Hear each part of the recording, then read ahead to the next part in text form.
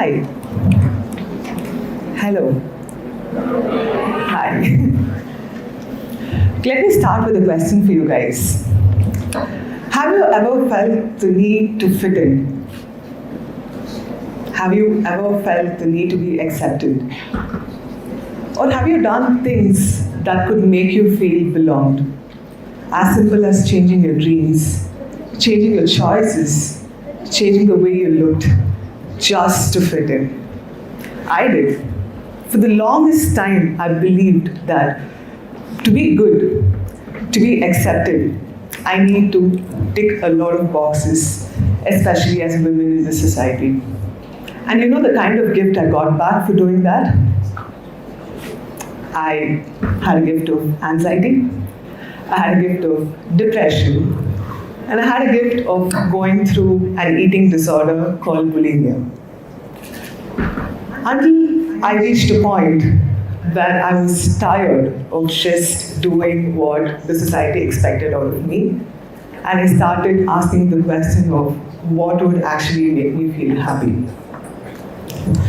As a child growing up, I was so used to or conditioned to believe that my worth was based on the society's expectations. To be a good daughter, to be a good wife, to be a good mother. Guess what? I didn't tick all of the boxes, but I never felt heard. I never felt seen. I was never happy. There came a point in life where I understood that society has an incredible way of making you never feel like you're enough. I got married at a very young age. I was married when I was 20. Growing up, studying in a girls' school, studying in a girls' college, you can only imagine the kind of pressure you would have to physically look a certain way, for example. As you can all see, I'm 6 foot tall, which is not the ideal case scenario of how a woman should look. I was overweight after I hit my puberty. I had hormonal imbalances. But did I go around telling people what was happening in my health? No. Did I have a space to talk about it? No. The more and more I fell into the trap of being what the world expected, I slipped into depression. I slipped into an eating disorder called bulimia. And the interesting part is, I didn't even know anything about mental health. I've not heard about the word mental health. I've not heard about the word depression, let alone the eating disorder bulimia. And the interesting fact is, I started losing weight because of my eating disorder condition eventually. But this time, it was very interesting to know that people acknowledged that I was losing weight. But they started saying things like, hey, you look pretty when you were actually fat. Your face was chubby. You were much presentable. Ipo, you look very sick. So these were the words used with me, right?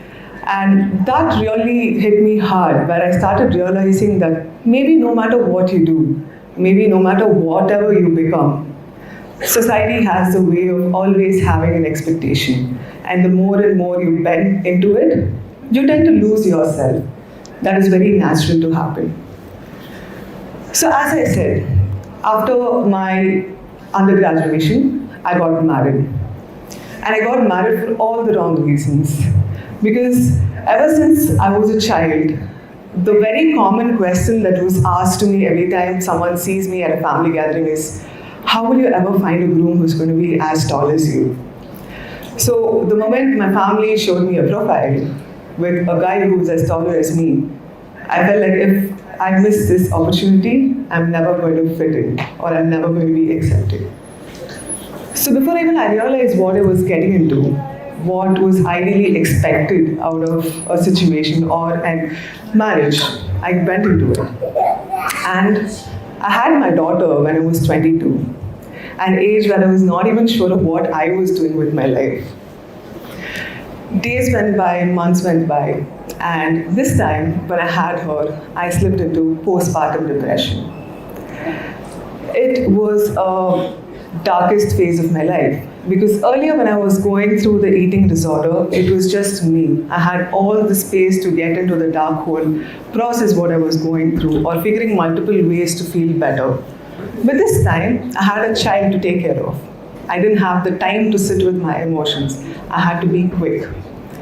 To a point where one night, I felt like I was done. I just wanted to give up. There was a voice in my head that said, "You're not going to watch another sunrise. This is it. Just get over with this." I kept crying that night. I felt guilty as a mother not knowing what I was going to do. My daughter woke up when she was 6 months and she cried for a feed that night. As I was feeding her, I was crying and I looked at her. That was the first time she made a direct eye contact, or maybe the first time that I noticed it, which just felt like the word hope. The first time I felt hope.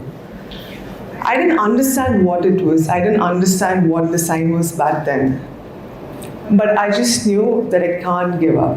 This is my responsibility, and I cannot fall into this trap anymore. And that was the first moment for me to get introduced to the concept of therapy. So the very next day, I spoke to my mother, saying that I feel extremely unhappy and I'm done with this. I don't know what to do. She was the first person who heard me cry for a long time and said, "Have you considered talking to someone?" I said, "I'm talking to you. Who else would I go talk to?" And she said, "Have you considered talking to a psychologist?" And my very first reaction was, "Are you calling me mad? Do you think something is wrong with me? Are you going to say that, just like others, that I am not good enough?" She heard me rant, she heard me throw tantrums, and she said, "Just sit with yourself, think about it, and if you're ever ready, give this a shot." A couple of days went by, and then I decided to just try this. In my head, it was just very funny to sit in front of a stranger talking about what you want in life or what is going wrong in your life. And I felt like when your own family or friends couldn't get you, how would a stranger get you? That was my first impression of therapy. But I anyways wanted to give it a shot because I was like, it's okay if I could just pay someone and just rant about whatever I feel. The very first session, it's still very clear in my memory. As I was talking to my psychologist, I was technically ranting for 58 minutes straight. And towards the end, she said, "Pooja, I hear you and I can see your pain. So you're very clear about things that are making you unhappy. You're very clear about the sufferings that are going through. But what is the one thing that you're expecting, or what is the thing that you're looking for to be happy?" And that was a very profound question for me. I was so caught up in the fact that I was going through so many things, not knowing what my life is going to be. But I had no clarity on what is it that I actually want. And that is when my journey of looking deep inside or looking inward started. So I stopped running behind what other people were saying, and I started listening to myself. You know, the interesting fact is the society expectations are never going to stop, like I said. But we could always choose to not live a life just for those expectations. And that is what I did. And over time, I realized that the society, the word society that we keep talking about, or the pressure that we keep carrying in ourselves, it is just a bunch of 100, maybe 200 people in our life. Every single one going through so many things individually in their own lives. They genuinely don't care about us. Some people throw their insecurities on us by putting us down, and maybe they find comfort out of it. So why do we chase the goals that they set us? Why do we chase the checklist that they want us to fit in? That's when my whole journey started. So I started focusing on living a life where it was about understanding me and just stop listening to the voices around me. So I stopped living a life for just survival, and I started thriving. This was an interesting time for me where I was so open about my story in social media. And I understood I was not the only person going through this. There were so many beautiful souls fighting the similar battle, but in a very silent way. That is when, a year later of having my daughter, in 2019, I started an NGO called the Transformative Foundation to talk more about mental health. And this was even before COVID. So talking about mental health was not as common as it is today. And I'm not a psychologist. So it was purely from a place of pain. So the more and more I interacted with people, the more and more I understood how beautiful the process of therapy was and how it saved me. I wanted to take it out to the world. And I was able to see a lot of people finding support out of this. And I was able to find solace out of it. So this is how I was able to find my purpose from the pain I was going through by not just healing myself, but healing people around me. So there was a point in my life where I started thinking that all of us talk, especially after COVID, when everyone is talking about mental health matters, it's okay to be not okay, reach out for support. But there was still an hesitation for people to actually take that first step. So I wanted to create something that could actually break the stigma, actually create a space where people could be seen, understood, and reach for support. And I created an organization where our sole motto was to just spread love and hope in people's life, especially the ones who are suffering in silence. So this is my journey of moving from survival to thriving. And I strongly believe that the world is huge. It is filled with so many beautiful opportunities, things that we all need to experience.